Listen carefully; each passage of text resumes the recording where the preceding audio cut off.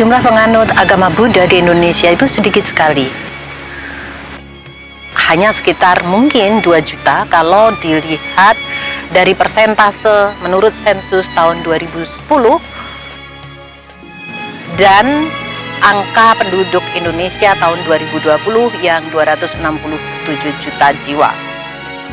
Tentu ini adalah angka yang terdaftar yang bisa jadi tidak mencerminkan jumlah penganut yang sesungguhnya. Karena mungkin saja ada penganut Buddha yang tidak terdaftar sebagai Buddhis. Karena pencatatan agama adalah soal mematuhi aturan administrasi negara. Sementara keyakinan atau batin manusia adalah hal yang berbeda. Memang terasa sangat aneh, tetapi begitulah aturan di negara kita. Nah, jumlah sekian itu tersebar di seluruh Indonesia, dari Sabang sampai Merauke. Itu kecil sekali. Namun ternyata jumlah penduduk yang kecil itu, penganut agama Buddha itu menunjukkan tampilan atau ekspresi budaya atau ekspresi tradisi yang beraneka.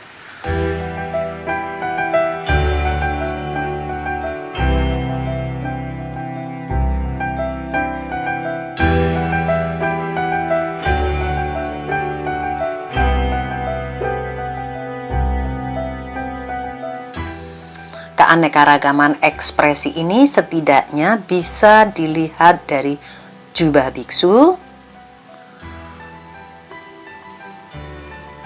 tampilan altar, tampilan tata ritual, dan bahasa untuk mantra yang digunakan.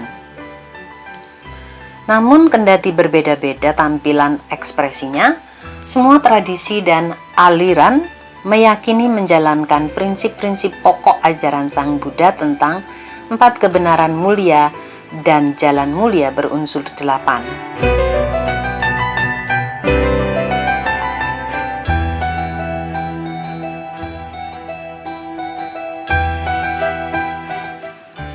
Jadi yang berbeda hanyalah tampilannya, bukan esensinya. Misalnya dari jubah biksu, ada yang warnanya mirip kulit sawo, ada yang warnanya mirip kunyit busuk, dan ada yang warnanya merah marun. Dari tampilan altarnya juga berbeda-beda. Ada yang lebih sederhana dengan 1 rupang atau patung Buddha. Ada yang altarnya tidak hanya ada rupang Buddha, tetapi ditemani oleh patung Bodhisattva, yaitu ajaran Sang Buddha.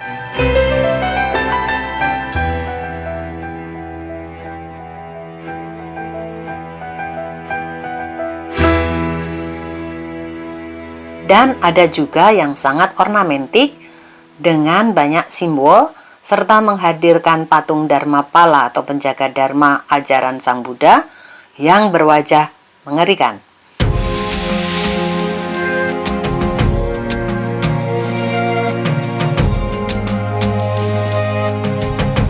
Tata ritualnya pun berbeda-beda.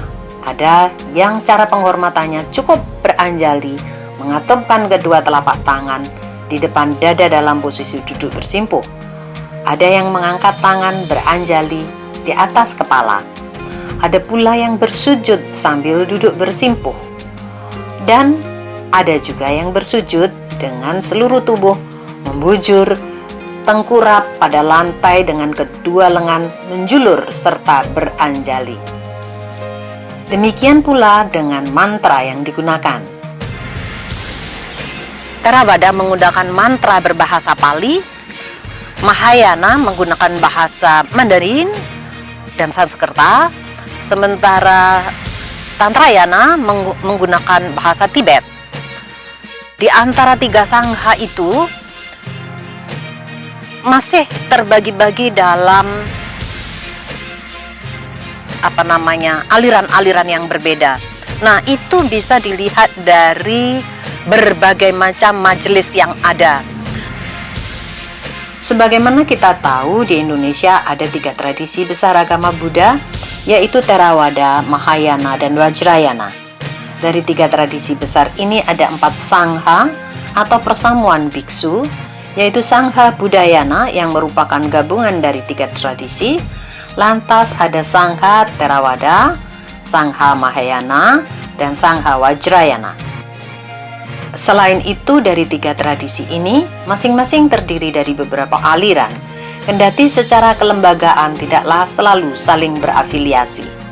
Ada misalnya Majelis Mahayana, Majelis Tantrayana, Majelis Vajrayana, Majelis Theravada, ada Majelis Dhammadutta, Theravada Dhammayut, Mahanikaya, Majelis Mahayana, Majelis Maitreya, Majelis Ikuan Tao, Soka Gakkai, Guangji, Tridharma, Dewa Agung, Tantrayana, Satya Buddha, Suhu Tatung, Sinar Agung Tao, Zenfo Dzongkha Sugatan, Nichiren Shoshu, Palpong Tupten Choi Korling, Mahayana Tanah Suci, Tantrayana Sukawati, dan sebagainya. Ini artinya agama Buddha bersifat adaptif, terbuka terhadap budaya lokal di mana ajaran tersebut awalnya dikembangkan.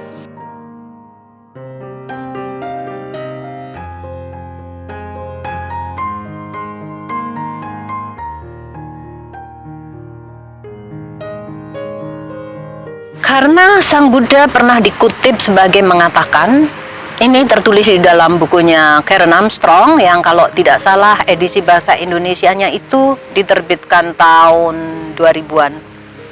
Karen Armstrong mengutip bahwa Sang Buddha itu pernah mengatakan, lestarikanlah budayamu yang baik.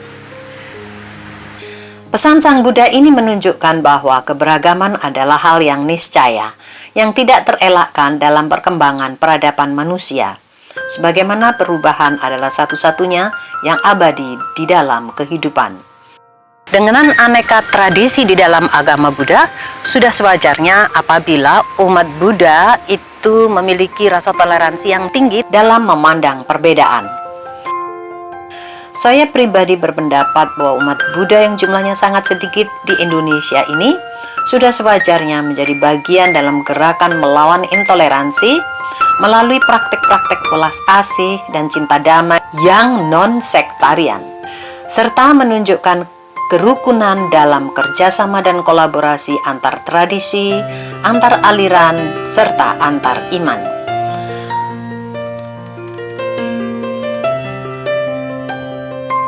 Namun, mungkin ada orang yang nyeletuk. Misalnya begini, kok ada ya orang Buddha tapi menganggap tradisinya adalah paling benar dibandingkan tradisi lainnya, dengan dalih bahwa tradisinya dikembangkan menggunakan pendekatan tekstual atau berdasarkan teks ajaran yang terverifikasi. Mungkin memang ada sementara orang yang menunjukkan sikap seperti itu.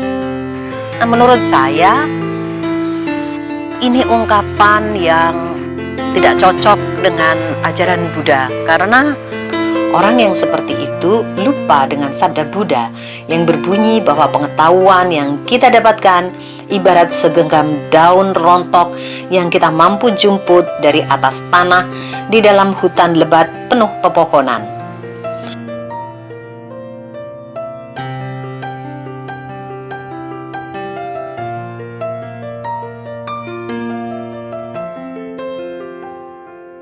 Artinya, apa yang kita pelajari, apa yang kita ketahui, tidaklah berarti apa-apa dibandingkan seluruh pengetahuan yang ditawarkan oleh alam semesta.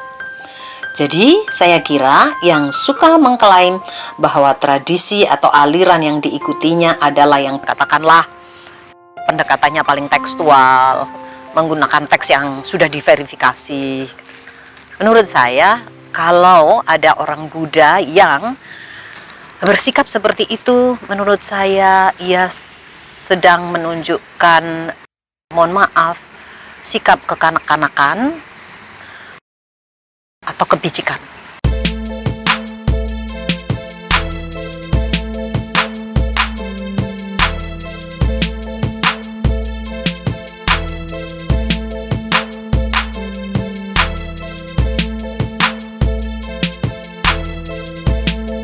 Demikianlah keragaman tradisi di dalam agama Buddha. Salam sejahtera. Semoga semua makhluk berbahagia. Sadhu Swaha Rahayu. Terima kasih.